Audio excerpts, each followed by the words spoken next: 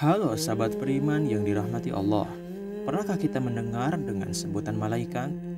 Malaikat adalah salah satu makhluk ciptaan Allah yang selalu taat dan tidak pernah salah. Kenapa tidak pernah salah?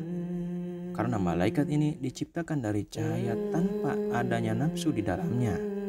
Malaikat yang wajib kita ketahui berjumlah 10, seperti malaikat Jibril, Mikail, Israfil, Izrail, Munkar, Nakir, Raqib, Atid, Malik, dan Ridwan. Dan 2 diantaranya adalah yang bertugas menanyai di alam kubur. Siapakah malaikat yang dimaksud? Malaikat yang dimaksud adalah malaikat Munkar dan Nakir. Ketika manusia telah masuk alam kubur, maka suatu kepastian akan didatangi oleh 2 malaikat tersebut. Yang mana malaikat tersebut memang bertugas untuk menanyai di alam kubur kepada si mayit. Lalu, seperti apakah rupa dari malaikat Munkar dan Nakir ini ketika mendatangi mayit di alam kubur?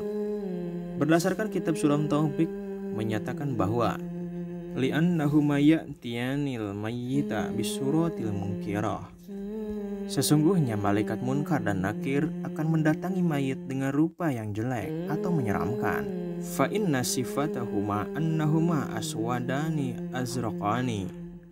Maka sesungguhnya sifat 2 malaikat tersebut adalah hitam dua-duanya dan juga melotot. Dan matanya seperti periuk dari tembaga.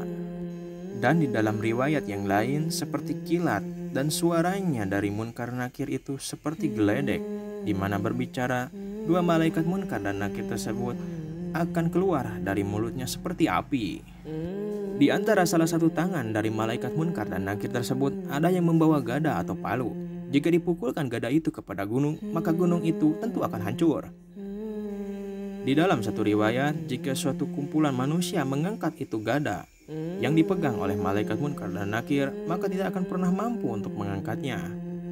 Untuk seorang mukmin yang taat, maka akan diberikan ketetapan di dalam hatinya supaya tidak merasa takut saat ditemui oleh malaikat Munkar dan Nakir, dan diberikan taufik hidayah untuk menjawab semua pertanyaan-pertanyaan dari malaikat Munkar dan Nakir.